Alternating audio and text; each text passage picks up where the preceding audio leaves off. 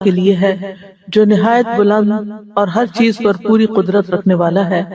وہ اپنے بندوں پر غالب ہے، وہ ان پر نگہبان بھیجتا ہے۔ اسی کے لیے دنیا اور آخرت میں سب تعریف ہے، اور اسی کے لیے حکم ہے، اور اسی کی طرف تم سب لوٹائے جاؤ گے۔ اللہم صلی علی محمد وعلی آل محمد کما صلیت علی ابراہیم وعلی آل ابراہیم انک حمید مجید۔ اللہم بارک علی محمد وعلی آل محمد کما بارکت علی ابراہیم وعلی آل ابراہیم انک حمید مجید۔ پچھلے ہفتے ہم نے دشمن کے شر سے بچنے کی دعائیں پڑھی تھی۔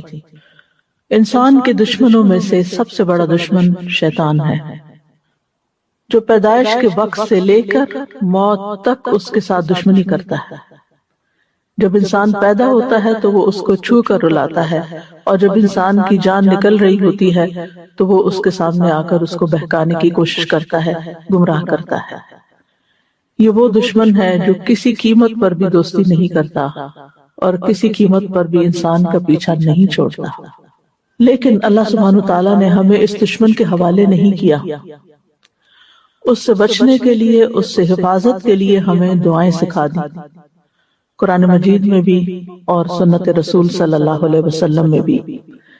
اللہ سبحانہ تعالیٰ نے اس دنیا کو پیدا کیا اور اپنی حکمت کی بنا پر اس میں شر بھی پیدا کیا، اور شر کا سب سے بڑا منبع اور سرچشمہ اور اس کی بنیاد اور اس کے اسباب میں سب سے بڑا سبب شیطان مردود ہے۔ اس کے پیدا کرنے میں اللہ کی عظیم حکمتیں ہیں، اور اس کے ذریعے انسانوں کی آزمائش کی گئی ہے۔ اللہ سبحانہ تعالیٰ نے قرآن مجید میں اس کی دشمنی کی بھی خبر دی، اور یہ بھی کہ انسان کے لیے وہ ایک امتحان ہے۔ ان الشیطان للانسان عدو مبین، بے شک شیطان انسان کا کھلا دشمن ہے۔ سورۃ فاطر میں آتا ہے ان الشیطان لکم عدو فاتخذوہ عدوا، بے شک شیطان تمہارا دشمن ہے، اسے دشمن ہی سمجھو۔ انما یدعو حزبہ لیکونوا من اصحاب السعیر، وہ تو اپنے گروہ والوں کو صرف اس لیے بلاتا ہے تاکہ وہ بھڑکتی ہوئی آگ والوں میں شامل ہو جائیں۔ شیطان چھپا ہوا دشمن ہے۔ اللہ تعالیٰ فرماتے ہیں انہ یراکم ہوا وقبیلہ من حیث لا ترونہم، بے شک وہ تمہیں اور اس کا قبیلہ تمہیں اس طرح دیکھتا ہے جہاں سے تم انہیں نہیں دیکھ سکتے۔ شیطان کی دشمنی کا آغاز اسی وقت ہو گیا تھا جب اللہ تعالیٰ نے آدم علیہ السلام کو پیدا کیا اور پھر انہیں سجدہ کرنے کا حکم دیا، اور قیامت تک بنی آدم کا دشمن ہی رہے گا، کیونکہ اس نے اللہ سبحانہ تعالیٰ سے کہا تھا قال رب فانظرنی الی یوم یبعثون قال فانک من المنظرین، اے میرے رب مجھے اس دن تک کے لیے مہلت دے جس میں یہ اٹھائے جائیں گے۔ فرمایا بے شک تو ان لوگوں میں سے جنہیں مہلت دے دی گئی، الی یوم الوقت المعلوم، مقرر وقت کے دن تک۔ اس وقت اس نے کہا تھا قال فبعزتک لاغوینہم اجمعین الا عبادک منہم المخلصین، کہ تیری عزت کی قسم میں نے ضرور بضرور سب کو گمراہ کروں گا مگر ان میں سے جو تیرے چنے ہوئے بندے ہیں وہ بچ جائیں گے۔ تو شیطان انسان کا دشمن ہے، اور وہ مسلسل انسان کو حق کے راستے سے روکتا رہتا ہے اور غلط رستوں کی طرف بلاتا ہے اور ان کو مزین کر کے دکھاتا ہے۔ انسان کو اپنی زندگی میں مختلف طرح کے تجربات پیش آتے رہتے ہیں شیطان سے، جن میں شیطان انسان کو بہکاتا ہے، اور اس میں سب سے پہلا کام وہ یہ کرتا ہے کہ وہ اس کی سوچ کو منفی کرتا ہے، اس کی سوچ کو صحیح رخ سے ہٹا کر غلط رخ پہ ڈال دیتا ہے۔ کبھی انسان کے اندر فخر کا جذبہ پیدا کر دیتا ہے، کبھی اس کو سرکشی پہ آمادہ کرتا ہے، کبھی اس کے اندر غصہ بھڑکاتا ہے، اور اسی طرح مختلف مواقع پر کبھی انسان کے اندر حسد، بغض، کینہ، انتقام، خیانت، بے اعترافی، انانیت اور اس طرح کے دیگر جذبات کو پیدا کر کے انسان کو جنت کے راستے سے ہٹا کے دوزخ کے راستے کی طرف لے جاتا ہے۔ انسان ویسے تو شیطان کے مقابلے میں کمزور ہے، لیکن اللہ کی مدد اگر انسان کے ساتھ ہو تو شیطان اس کے سامنے کچھ بھی نہیں۔ اللہ کی مدد کے ساتھ انسان شیطان پر قابو پا لیتا ہے۔ اس لیے انسان کو ہر وقت چوکنا بھی رہنا چاہیے کہ شیطان اس پر غالب نہ آئے، اور اس کے ساتھ ساتھ جو ہی کوئی برا خیال آئے، کوئی منفی خیال آئے، تو فوراً تعوذ کے کلمات پڑھ کر اللہ تعالیٰ سے مدد لے۔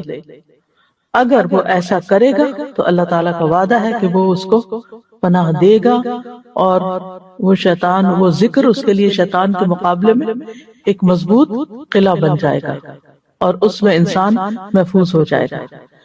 تو انسان جب شیطان کا وسوسہ قبول نہیں کرتا، اور شیطان اللہ کے یعنی شیطان سے بچنے کے لیے انسان اللہ تعالیٰ کی پناہ لے لیتا ہے، تو نہ صرف یہ کہ اللہ تعالیٰ انسان کو شیطان سے محفوظ رکھتا ہے، بلکہ انسان کو نیکی کی توفیق بھی دیتا ہے، اور اس کے ایمان کو اور زیادہ طاقتور بنا دیتا ہے، اور اس کے راستے مزید روشن ہو جاتے ہیں۔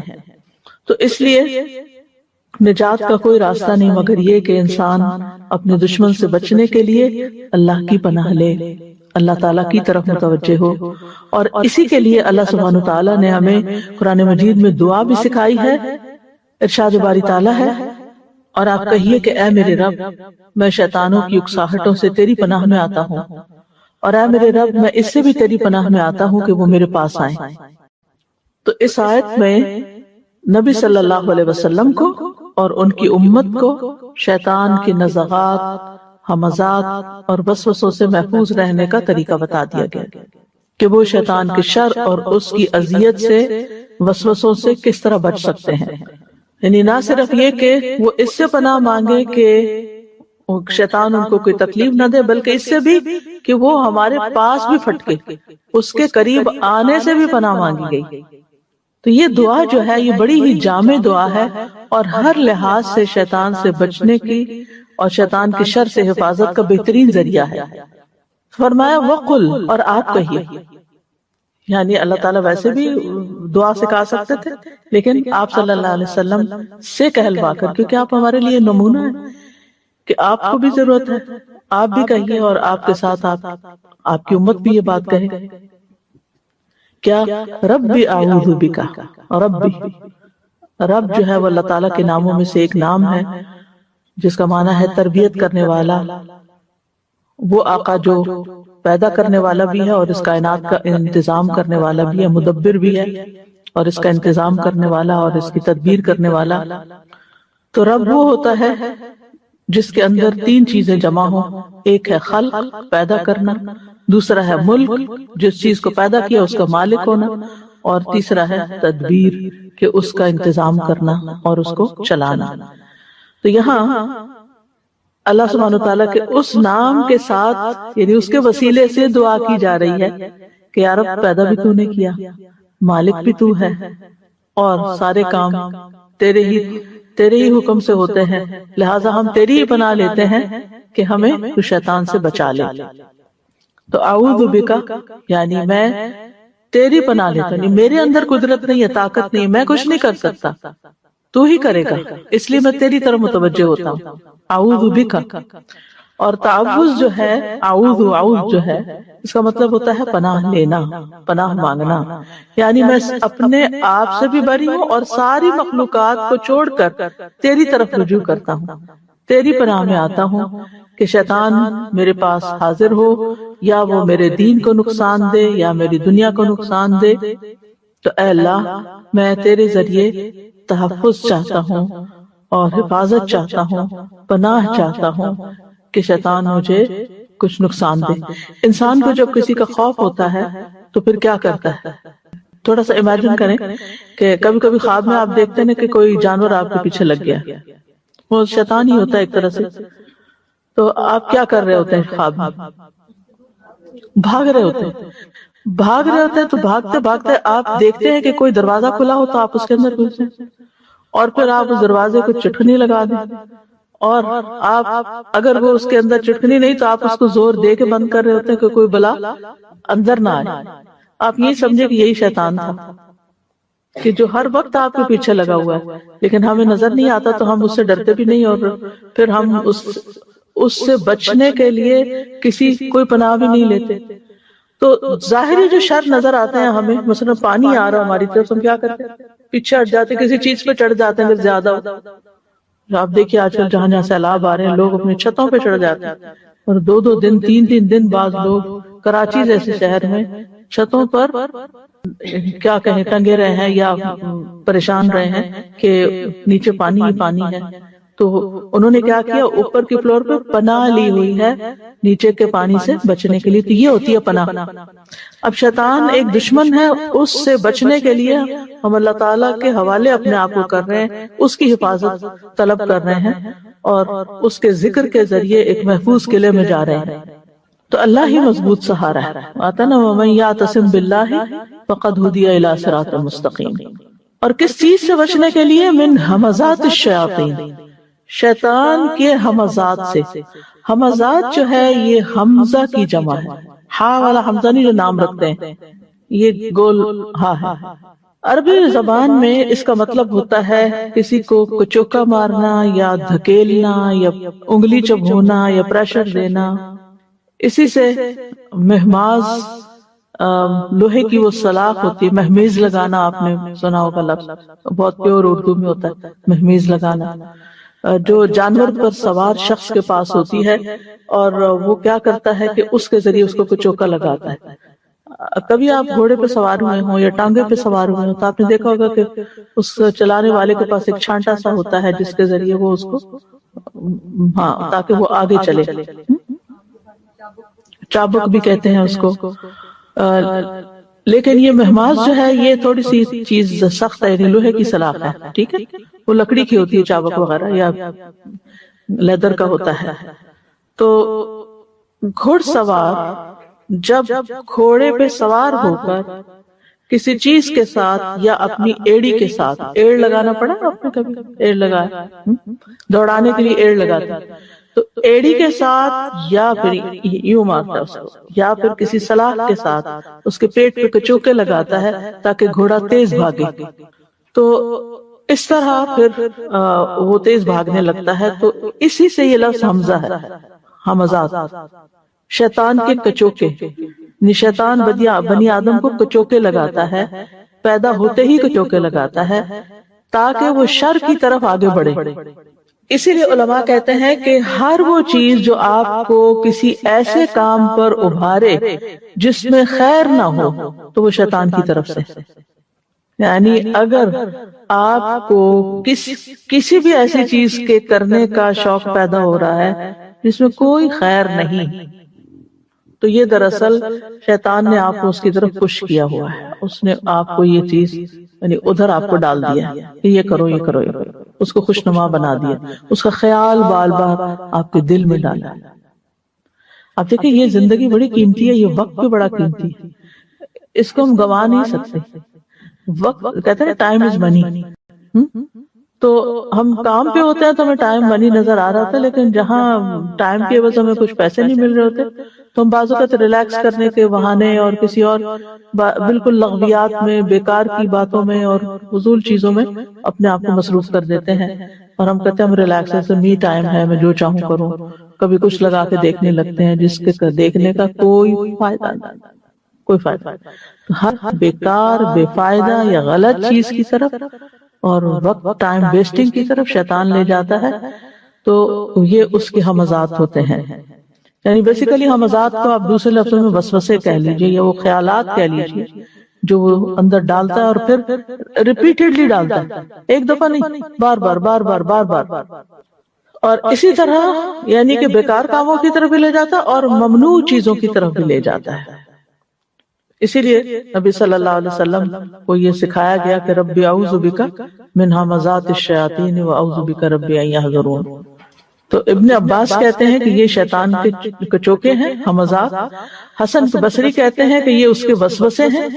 مجاہد کہتے ہیں یہ اس کا پھونک مارنا ہے. اور اہل معانی کہتے ہیں کہ یہ ان کا بہکا کر نافرمانیوں کی طرف دھکیلنا ہے. جیسے گھوڑے کو ایڑ لگائی جاتی ہے کہ دوڑے اور صرف, تو اسی طرح شیطان بھی پیچھا کرتا رہتا ہے انسان کا تاکہ نافرمانی کی طرف چلے جائے. اور پھر یہاں آپ دیکھیے آیت میں من ہمزات الشیاطین کہا گیا, شیطان نہیں کہا گیا. ایک نہیں کئی ایک ہے, بہت سارے ہیں. اور حمز جو ہے یہ شدید طریقے سے یا سختی کے ساتھ دھکیلنا, یعنی ایسا نہیں کہ تھوڑی سی کسی کو پش کیا, نہیں, لگے رہے پیچھے, لگے رہے حتیٰ کہ انسان اس طرف چل ہی پڑے. تو یہ کیا ہے دراصل یہ کچوکے کہ انسان اللہ کی یاد سے پھر جائے، اللہ کی عبادت سے پھر جائے، حتیٰ کہ وہ عبادت میں بھی ہو تو وہ کچھ اور ہی سوچ رہا ہو، اس کے خیالات کو اچک لیتا ہے بالکل وداؤٹ فزیکل پین۔ تو ملا علی القاری کہتے ہیں کہ اس کا معنی ہے کہ اے اللہ، شیطان کے وسوسوں سے، اس کے بہکانے سے، اس کے قدموں سے، اس کے خطرات سے اور اس کی تزیین سے اور اس کے گمراہ کرنے سے مجھے محفوظ رکھ، یعنی برائی کو خوبصورت بنا کے جو پیش کرتا ہے، تزیین، زینت، کیونکہ وہی گمراہ کرنے کا سبب ہے اور بہکانے کا۔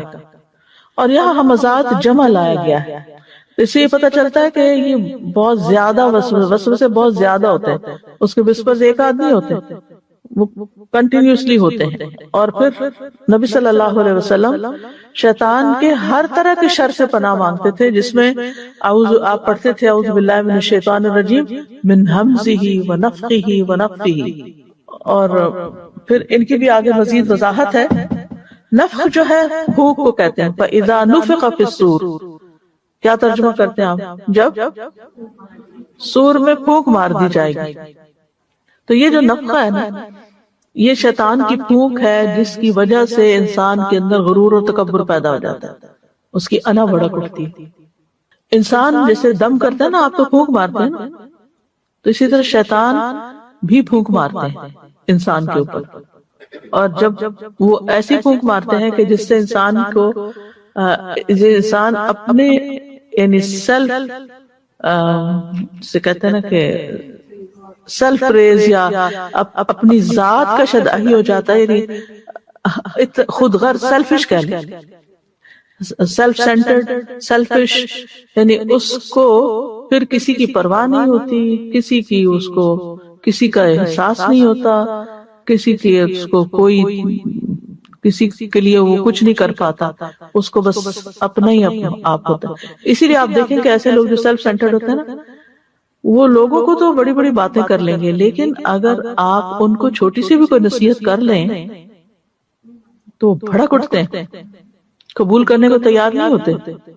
ہاں ہم سچے ہیں، سب دنیا غلط ہے، ٹھیک ہے۔ تو دوسروں سے کچھ نہیں سننا چاہتے، کیونکہ ان کے اندر شیطان نے اتنا کبر اور اتنا غرور بھر دیا ہوا ہے، دے آر فل، اور اپنے بارے میں ایسا خیال رکھتے ہیں کہ جیسے وہ ہر نصیحت سے بالا ہے کہ انہیں کوئی کچھ نہ کہے۔ اور نفخ وہ پھونک ہوتی ہے جس میں تھوڑی سی، جس میں لعاب بھی شامل ہوتا ہے، ہلکی، جس میں تھوڑا سا منہ کے اندر سے پانی سا بھی ساتھ شامل ہو جاتا ہے۔ تو بعض اوقات وہ صرف خالی پھونک مارتا ہے اور بعض اوقات وہ نفخ بھی ہوتا ہے اس کا۔ اسی لیے جب اس کا توڑ کیا جاتا ہے، تو جب دم کیا جاتا ہے تو دم میں ایک تو خالی پھونک ماری جاتی ہے، اور بعض اوقات ایسی پھونک بھی ماری جاتی ہے کہ جس میں تھوڑا سا لعاب بھی شامل ہو جائے۔ اور پھر شیطان جو ہے وہ انسان کے شریانوں میں، انسان کے خون کے اندر دوڑ رہا ہوتا ہے، اور یعنی کہ پوری طرح پھر اس کو کنٹرول کرنے کی کوشش کرتا ہے کہ اس کے دماغ کو بھی، اس کے دل کو بھی، اس کے اعضاء کو بھی۔ اور لیکن جب انسان اللہ کا ذکر کرتا ہے تو پھر وہ بھاگ جاتا ہے۔ وسوسہ اسی وقت ڈالتا ہے جب انسان غافل ہوتا ہے۔ اب یہ جو وسوسے ڈالتا ہے، اس میں سب سے پہلا اٹیک وہ انسان کے ایمان پہ کرتا ہے۔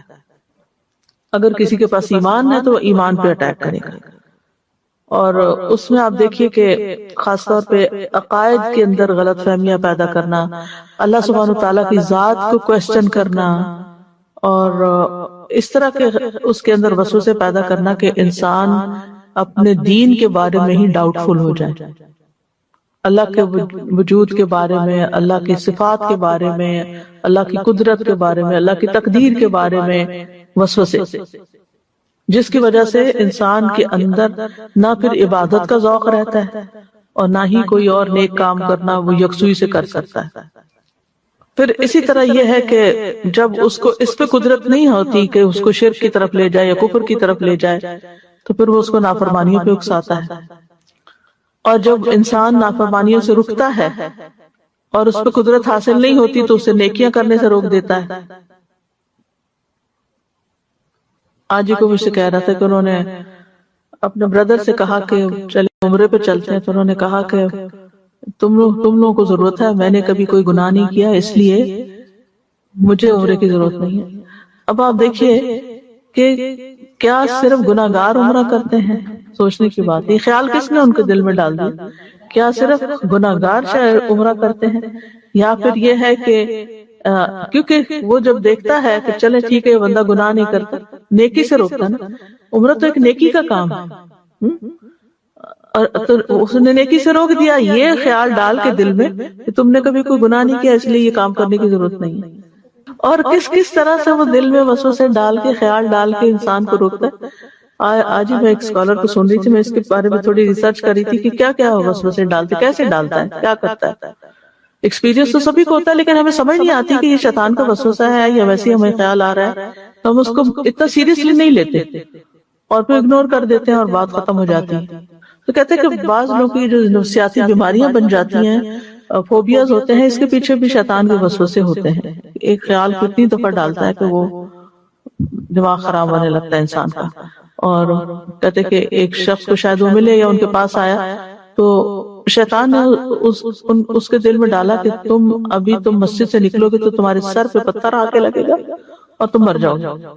ساری مسجد خالی اور باہر نہ نکلی کہ مجھے ڈر لگ رہا ہے اور میرا دل گھبرا رہا ہے کہ میں نکلا تو میرے ساتھ یہ ہو جائے گا۔ اچھا، اب یہ کیا تھی؟ یہ شیطان کی ایک چال تھی کہ اس کے بعد یہ دوبارہ مسجد نہ آئے۔ مسجد سے نکلنے پر ہی تم نے مرنا ہے۔ اسی طرح انسان بعض اوقات کوئی خیر کا کام کرنا چاہتا ہے اور اس کے دل میں ایسے وسوسے ڈالتا ہے کہ وہ اس سے رک ہی جاتا ہے۔ بہتر ہے مثلا آپ نے کہیں جانا ہے کسی اچھے کام پہ، پتہ نہیں کہیں راستے میں ایکسیڈنٹ نہ ہو جائے، پتہ نہیں یہ نہ ہو جائے، آج میرا دل کچھ خراب ہو رہا ہے۔ یہ دل کس نے خراب کیا؟ شیطان ہی ہوتا ہے جو وسوسے ڈال کے دل بھی خراب کرتا ہے، کیونکہ شیطان انسان کا دشمن ہے، وہ انسان کو غمگین کرنا چاہتا ہے، یعنی شیطان انسان کو پریشان کرتا ہے۔ تو یہ جو وسوسے ہوتے ہیں ان کے ذریعے پریشانی بھی پھیلاتا ہے، غمگین بھی کرتا ہے، اور اسی طریقے سے پھر وہ پھیر کے انسان کو نیکی کے کام سے روک دیتا ہے۔ اگر تم نے یہ کام شروع کر لیا، مثلا قرآن پڑھنا شروع کر لیا، تو لوگ تو تمہیں بڑا نیک سمجھنے لگیں گے، اور پھر اس طرح تو تم ریاکاری کرو گی، اور پھر بہتر ہے کہ تم جیسے ہو ایسے ہی ٹھیک ہے، نیکی میں آگے نہیں بڑھنے دیتا۔ اور پھر بعض اوقات واقعی ریاکاری کروا کے نیکیاں ضائع کروا دیتا ہے، یعنی آپ اس کے کہنے سے عبادت سے بھی نہیں رکے، آپ اس کے کہنے سے نافرمانی میں بھی نہیں پڑے، اب آپ ایک محتاج زندگی بسر کر رہے ہیں اللہ کی رضا کے لیے۔ اب وہ آ کے کیا کرے گا کہ آپ کے دل میں خیال ڈالے گا نف تم تو اتنے نیک ہو، اور پھر جب وہ دل میں یہ بھر جاتا ہے، انسان بھرا ہوتا ہے اس خیال سے، پھر اگر کوئی ذرا بھی اس پہ شک کرے کہ نیک نہیں، تو وہ کیا کرتا ہے، کوئی ایسی اپنی نیکی بیان کرنا شروع کر دیتا ہے کہ دوسروں کو یقین آ جائے کہ یہ واقعی نیک ہے۔ لہٰذا اس سے کیا نقصان ہوتا ہے کہ انسان دکھاوا کر بیٹھتا ہے اور اس طرح اس کی نیکی ضائع کروا دیتا ہے۔ اور پھر اگر انسان ان ساری چیزوں سے بچ جائے تو اس کے اندر خود پسندی ڈال دیتا ہے کہ انسان پھر بہت سیلف سینٹر ہو جاتا ہے اور بہت اپنے آپ کو بڑی چیز سمجھنا شروع کر دیتا ہے۔ اور پھر جب وہ اپنے آپ کو بہت اچھا سمجھتا ہے تو ہر دوسرے کو وہ کیا سمجھتا ہے، گناہگار یا برا، یا یعنی کوئی نہ کوئی اس کے اندر اس کو عیب دکھاتا ہے۔ دیکھو وہ فلاں ایسے کر رہا تم تو ایسے نہیں، فلاں یہ کر رہا تم ایسے نہیں، فلاں ایسے کر رہا تم ایسے نہیں۔ لہٰذا نتیجہ کیا ہوتا ہے کہ انسان ہر ایک کو برا سمجھتا ہے اور اپنے آپ کو نیک سمجھتا ہے، لہٰذا نیکی کے رسم رکاوٹ بن جاتی ہے چیز۔ جب الٹ ہوتا ہے نا اس کے کہ انسان سوچتا ہے کہ سارے مجھ سے اچھے ہیں اور میری نیکیاں کم ہیں، تو پھر اس کا کیا نتیجہ ہوتا ہے؟ نیکیوں میں وہ دوڑ لگتی ہے کیونکہ سارے آگے نکلے جا رہے ہیں، میں پیچھے رہ گیا ہوں۔ اور اگر وائس ورسا ہو کہ سارے ہی گناہ گار ہیں اور میں نیک ہوں، تو پھر آپ آگے نہیں بڑھتے۔ آپ کچھ کہنا چاہتے ہیں؟ تو یہاں پر شیاطین کا لفظ استعمال ہوا ہے، اور شیطان کا لفظ جو ہے نا یہ شطنا سے مشتق ہے۔ شطنا کا معنی ہوتا ہے تو دور چلے جانا، یعنی اپنے فسق و فجور کی وجہ سے ہر خیر کے کام سے دور ہے وہ۔ وَأَعُوذُ بِكَ رَبِّ أَن يَحْضُرُونِ، اور اے میرے رب میں تیری پناہ چاہتا ہوں کہ ان میں سے کوئی میرے دینی یا دنیاوی معاملے میں میرے پاس بھی آئے، تو ہی مجھے بچانے پہ قادر ہے۔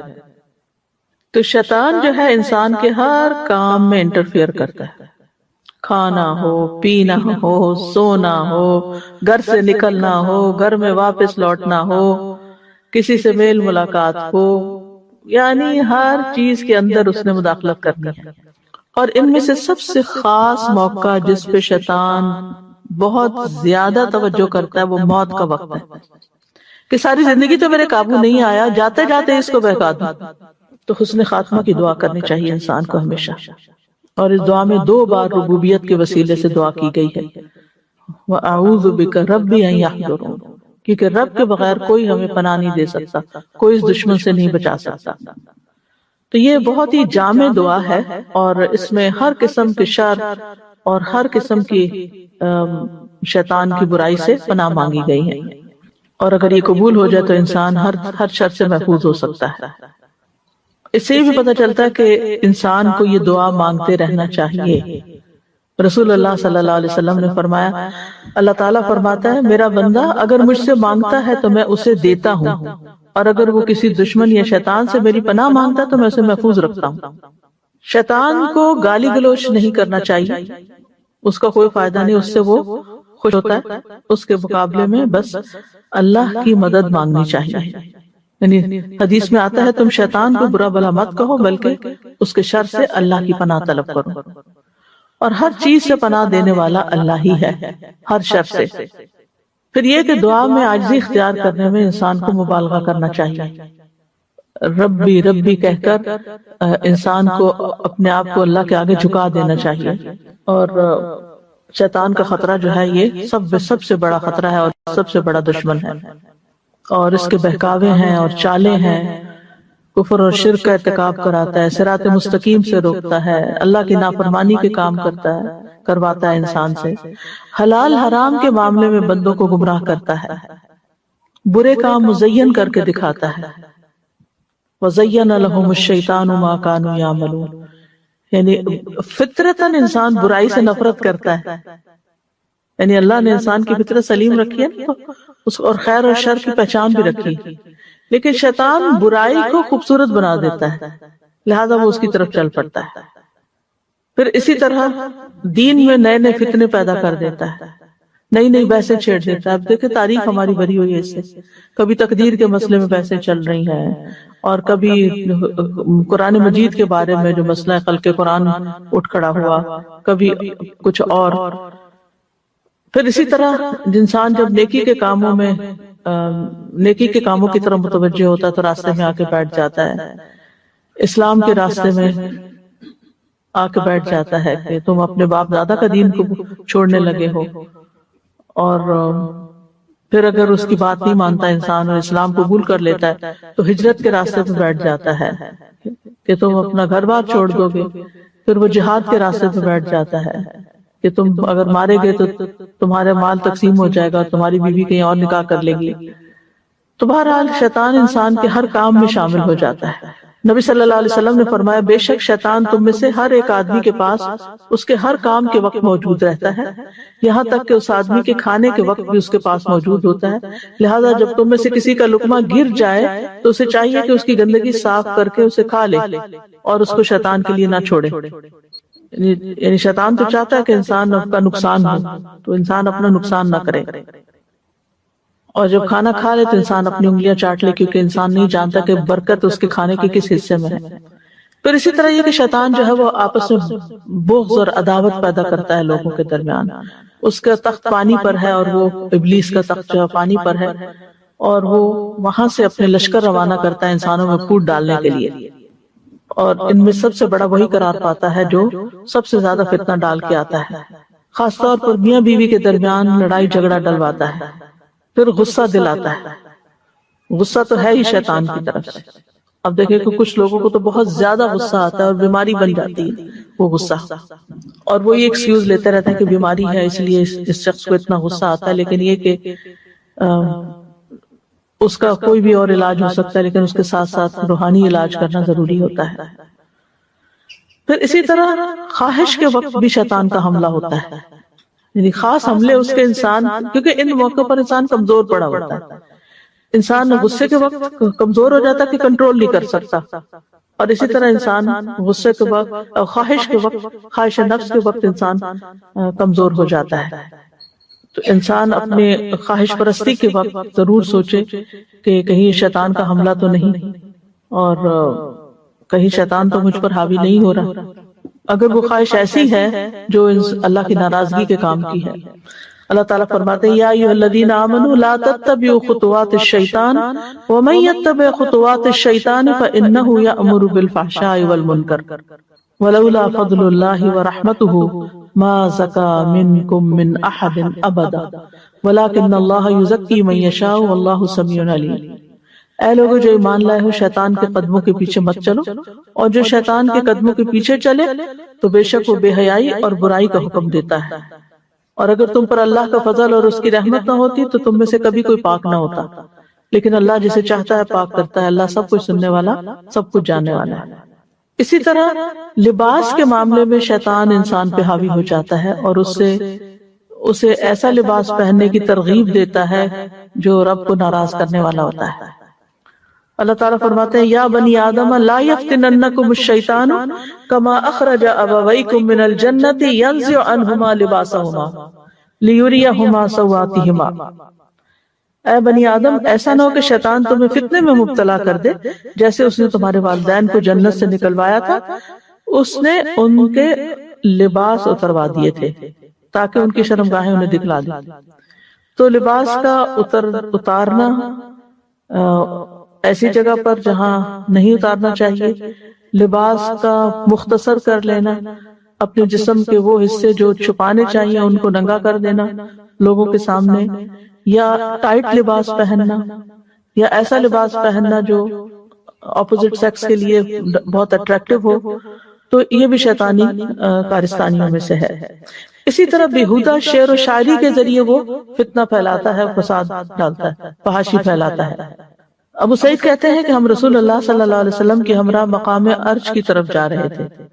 ایک شاعر سے شعر پڑھتے ہوئے سامنا ہو گیا تو رسول اللہ صلی اللہ علیہ وسلم نے فرمایا شیطان کو پکڑو یا شیطان کو روکو. بہت شعر پڑھ رہا ہوگا، آدمی کا پیٹ پیپ سے بھر جائے، یہ اس کے لیے زیادہ بہتر ہے کہ وہ شعر کے ساتھ بھرے، یعنی ایسے فضول شعر یا ایسے سانگز یا ایسی چیزیں یاد کر لے کہ جو فحاشی پر مبنی ہو. پھر اسی طرح فضول خرچی کرواتا ہے، یعنی مال کو غلط راستے پر ضائع کرواتا ہے. کیونکہ انسان کیا چاہتا ہے کہ انسان بہت محنت سے مال کماتا ہے اور محنت سے کمایا ہوا مال وہ رائے گاں کرواتا ہے. اللہ تعالیٰ فرماتے ہیں وَآتِ ذَا الْقُرْبَى حَقَّهُ وَالْمِسْكِينَ وَابْنَ السَّبِيلِ وَلَا تُبَذِّرْ تَبْذِيرًا إِنَّ الْمُبَذِّرِينَ كَانُوا إِخْوَانَ الشَّيَاطِينِ وَكَانَ الشَّيْطَانُ لِرَبِّهِ كَفُورًا. اور رشتہ دار کو اس کا حق دو، اور مسکین اور مسافر کو حق دو، اور فضول خرچی نہ کرو، کیونکہ فضول خرچی کرنے والے شیطانوں کے بھائی ہیں اور شیطان اپنے رب کا ناشکرا ہے. پھر شیطان کا ایک کام ہے سستی اور کسل مندی پیدا کرنا، جیسے نماز میں جمائیاں لینا. نبی صلی اللہ علیہ وسلم نے فرمایا نماز میں جمائی آنا شیطان کی طرف سے، لہذا جب تم میں سے کسی کو جمائی آئے تو جہاں تک ہوئے اس کو روکے، جہاں تک ہو سکے اس کو روکے. پھر اللہ کا ذکر بھلوا دینا، استحوذ علیہم الشیطان فانساہم ذکر اللہ، شیطان ان پہ غالب آ گیا سو اس نے انہیں اللہ کی یاد بھلا دی. کھانے سے پہلے بسم اللہ بھلوا دینا. حذیفہ کہتے ہیں ہم نبی صلی اللہ علیہ وسلم کے ساتھ کھانے میں حاضر ہوتے، ہم تب تک کھانے میں ہاتھ نہ ڈالتے جب تک رسول اللہ صلی اللہ علیہ وسلم کھانے میں اپنا ہاتھ ڈالنے سے آغاز نہ کرتے. ایک مرتبہ ہم آپ کے ساتھ کھانے میں شریک ہوئے کہ ایک چھوٹی سی بچی آئی، گویا اسے دھکیلا جا رہا تھا. اس نے آگے بڑھ کر اپنا ہاتھ کھانے میں ڈالنا چاہا تو رسول اللہ صلی اللہ علیہ وسلم نے اس کا ہاتھ پکڑ لیا. پھر ایک بدوی آیا، گویا کہ اسے بھی دھکیلا جا رہا تھا، آپ نے اس کا ہاتھ بھی پکڑ لیا. پھر فرمایا بے شک جس کھانے پر اللہ کا نام نہ لیا گیا وہ شیطان اسے اپنے لیے حلال سمجھتا ہے. شیطان اس بچی کو لایا کہ وہ اپنے لیے کھانا حلال کرے تو میں نے بچی کا ہاتھ پکڑ لیا. شیطان اس بدوی کو لایا کہ اس کے ذریعے اپنا کھانا حلال کرے تو میں نے اس کا بھی ہاتھ پکڑ لیا. اس ذات کی قسم جس کے ہاتھ میں میری جان ہے، شیطان کا ہاتھ اس بچی کے ہاتھ کے ساتھ میرے ہاتھ میں ہے کہ میں نے اس کو پکڑا ہوا ہے. آپ نے دیکھا ہوگا بچے، آپ کھانا لگا کے رکھتے، بچے کھیلتے ہوئے آتے، بھاگتے دوڑتے، اور آ کے اس میں سے کچھ لیا بغیر بسم اللہ پڑھے، منہ میں ڈالا یا نہ ڈالا، چل دیے، اچکتے ہیں کھانا اس طرح کچھ نہ کچھ. آپ ان کو سمجھائیں کھانا لینا ہے یا کوئی چیز لینی، بسم اللہ پڑھیں اور لے لیں، بسم اللہ کے بغیر نہ لیں۔ اسی طرح نعمتوں پہ مغرور ہونا، فخر کرنا، بندوں پہ تکبر کرنا۔ سفیان الثوری کہتے ہیں جب آپ صدقہ کرنے یا کسی نیکی کرنے کا یا کسی نیک عمل کرنے کا ارادہ کریں تو اس کام کو فوراً شروع کر لیں، اس سے پہلے کہ آپ کے اور اس کام میں شیطان حائل ہو جائے، اور بسم اللہ پڑھ کے شروع کر لیں تاکہ پھر شیطان کا دخل نہ آئے اس میں۔ تو شیطان سے بچنے کے لیے پھر سب سے زیادہ تو اللہ کی طرف رجوع کرنا، توحید، ایک اللہ کی طرف رجوع اور اس پہ توکل۔ وہب بن منبہ کہتے ہیں شیطان کے لیے سمجھدار مومن کی تدبیر سے زیادہ پہاڑ کو چٹان چٹان کر کے اور پتھر پتھر کر کے ختم کرنا زیادہ آسان ہے۔ یعنی شیطان کے لیے سمجھدار مومن کی تدبیر جو ہے اس کو وہ ختم نہیں کر سکتا، اس کے مقابلے میں پہاڑ توڑ لے، ٹکڑے ٹکڑے کر دے، وہ اس کے لیے آسان ہے۔ سمجھدار مومن یعنی شیطان کی شر سے اس طرح بچتا ہے اللہ کی حفاظت کے ساتھ، کیونکہ جب کوئی شخص مومن، عاقل اور سمجھدار ہو تو وہ شیطان کے لیے پہاڑ سے بھی زیادہ بھاری اور لوہے سے زیادہ سخت ہے۔ رسول اللہ صلی اللہ علیہ وسلم نے فرمایا مومن اپنے شیطان کو اس طرح تھکا دیتا ہے جس طرح تم میں سے ایک آدمی سفر میں اپنے اونٹ کو تھکا دیتا ہے، وہ تھک جاتا ہے، مومن اس کو اپنے اوپر غالب نہیں آنے دیتا۔ اس کے لیے کیا ہے؟ نیک اعمال اور عبادت کو لازم کر لینا اور برائیوں سے بچنا، کثرت سے اللہ کا ذکر کرنا۔ حدیث میں آتا ہے جب تک بندہ اللہ کے ذکر میں مصروف رہتا ہے شیطان کے حملوں سے محفوظ ایک مضبوط قلعے میں ہوتا ہے۔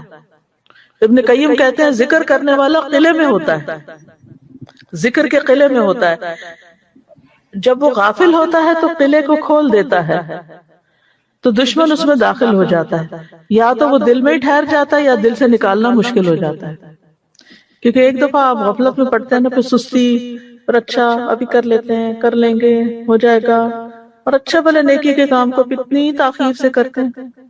نماز کا ہی دیکھ لیں، اگر آپ وقت پہ پڑھ لیں تو پڑھ لیں، اور اگر آپ تاخیر کرنا شروع کر دیں تو بنا لیتے ہیں یہ وجہ ہے وہ وجہ ہے، یہ اس طرح میں زیادہ یہ کام ختم کر لوں نا پھر زیادہ اچھی نماز پڑھوں۔ جب آپ تھک ہی جاتے ہیں سارے کام ختم کرتے تو پھر اچھی کہاں سے؟ اسی طرح قرآن کو تھامنا شیطان کی گمراہیوں سے بچانے کا ذریعہ ہے۔ دن کی ابتدا 3 کاموں سے کرنا، اٹھتے ہی اللہ کا ذکر، پھر وضو اور پھر نماز۔ تو رات کو شیطان جو گرہیں 3 لگاتا وہ تینوں کھل جاتے ہیں۔ اٹھتے ہی ناک جھاڑنا وضو کرتے ہوئے، نبی صلی اللہ علیہ وسلم نے فرمایا جب تم میں سے کوئی اپنی نیند سے بیدار ہو کر وضو کرے تو 3 مرتبہ ناک میں پانی ڈال کر جھاڑے، کیونکہ شیطان نے اس کی ناک کے بانسے میں رات گزاری۔ پھر ہر کام سے پہلے بسم اللہ پڑھنا۔ رسول اللہ صلی اللہ علیہ وسلم نے فرمایا جب آدمی اپنے گھر میں داخل ہوتا ہے تو وہ داخل ہوتے وقت اور کھانا کھاتے وقت اللہ کا نام لیتا ہے تو شیطان کہتا ہے آج تمہارے لیے اس گھر میں نہ رات گزارنے کی جگہ ہے نہ شام کا کھانا ہے، اور جب وہ اپنے گھر میں داخل ہوتے وقت اللہ کا نام نہیں لیتا تو شیطان کہتا ہے تم نے رات گزارنے کی جگہ پا لی، اور کھانا کھاتے وقت نام نہیں لیتا تو کہتا ہے تم نے رات گزارنے کی جگہ اور شام کا کھانا بھی پا لیا۔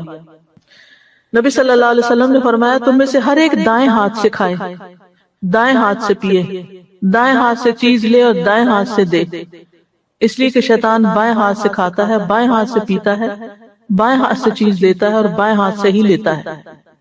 گھر کو شیطانی چیزوں سے پاک رکھنا، نبی صلی اللہ علیہ وسلم نے فرمایا گھنٹی شیطان کا باجا ہے، یعنی گھر کے اندر ایسی بیلز اور اس طرح کی یعنی جیسے سنگنگ چیزیں جو ہیں جیسے گٹار وغیرہ اور ایسی چیزیں نہیں ہونی چاہیے۔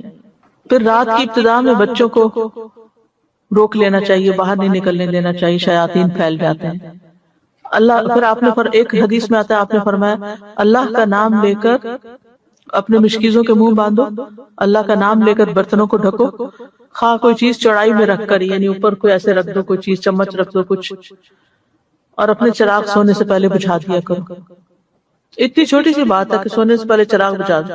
اس زمانے میں تو چونکہ آگ کے چراغ ہوتے تو خطرہ بھی تھا، لیکن اب بھی یہ بات ثابت ہوئی ہے کہ جب تک ہم پورے اندھیرے میں نہیں ہوتے تو ہمارے جسم کے اندر وہ ہارمونز پیدا نہیں ہوتے کہ جن کی وجہ سے جسم کی بڑا پراپر مرمت ہوتی ہے اور یعنی نیند پوری ہوتی ہے اور تھکاوٹ اترتی ہے۔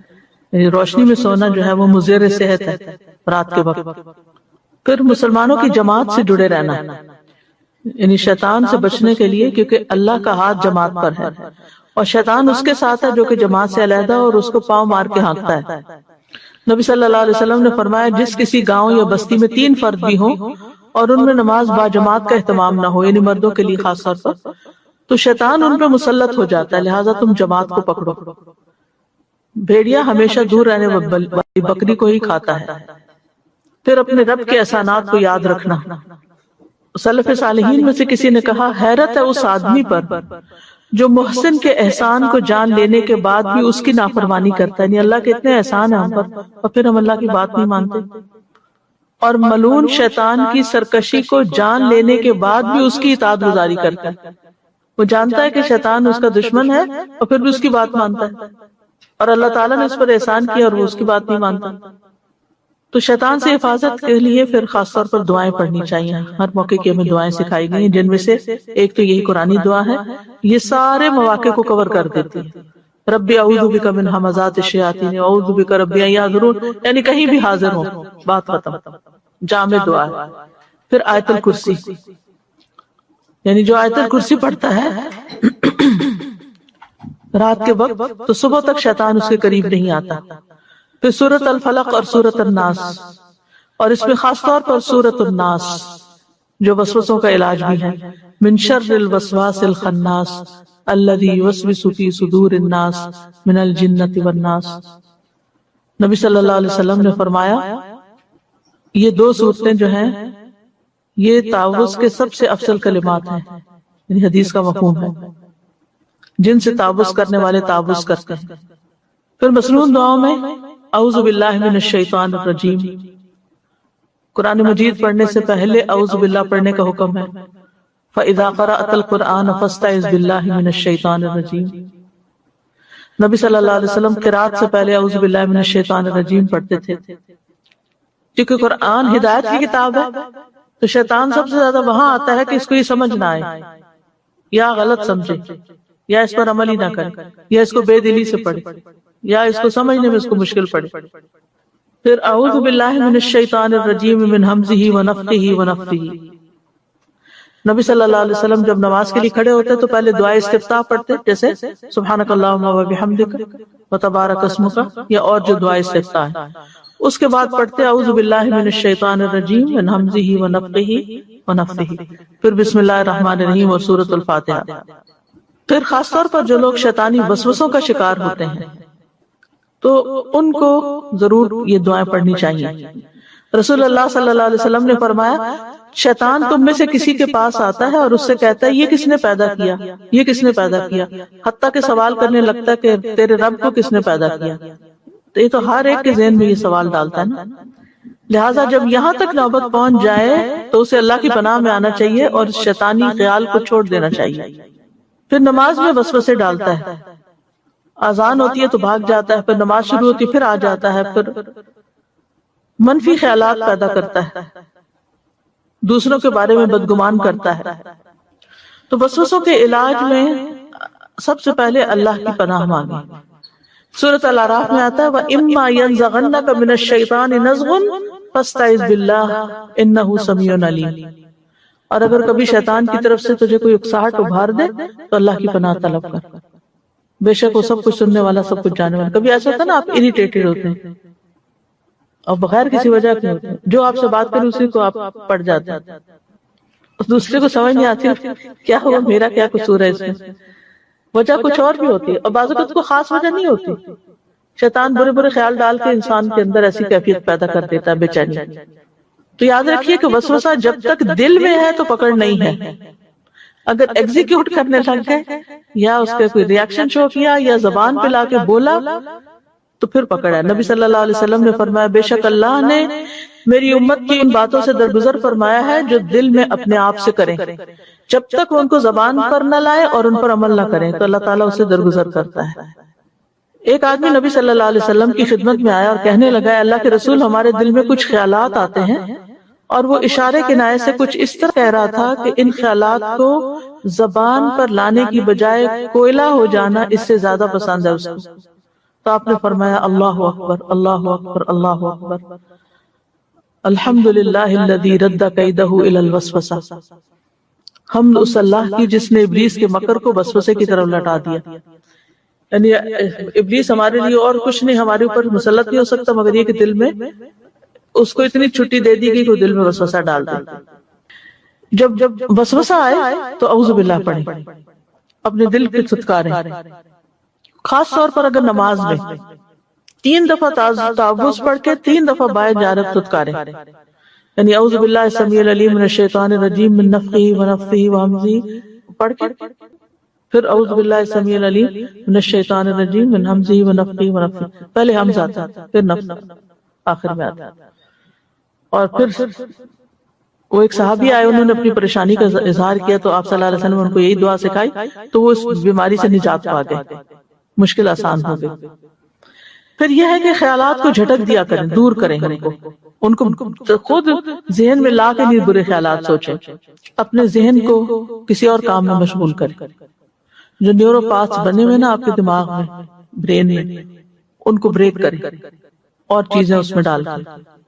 کیونکہ جب انسان اللہ کا ذکر کرتا ہے، اللہ کی مدد مانگتا ہے، شیطان مکھی کی طرح ہو جاتا ہے، کمزور چھوٹا سا. اب آپ دیکھیں جیسے مکھی ہوتی ہے نا، مکھی سے کیوں تشبیہ دی گئی؟ مکھی کیا کرتی ہے؟ جتنا جھٹکتے پھر آ جاتی، پھر آ جاتی، پھر آ جاتی. کیا وہ آپ کو قتل کر سکتی؟ کیا وہ آپ کو پکڑ سکتی؟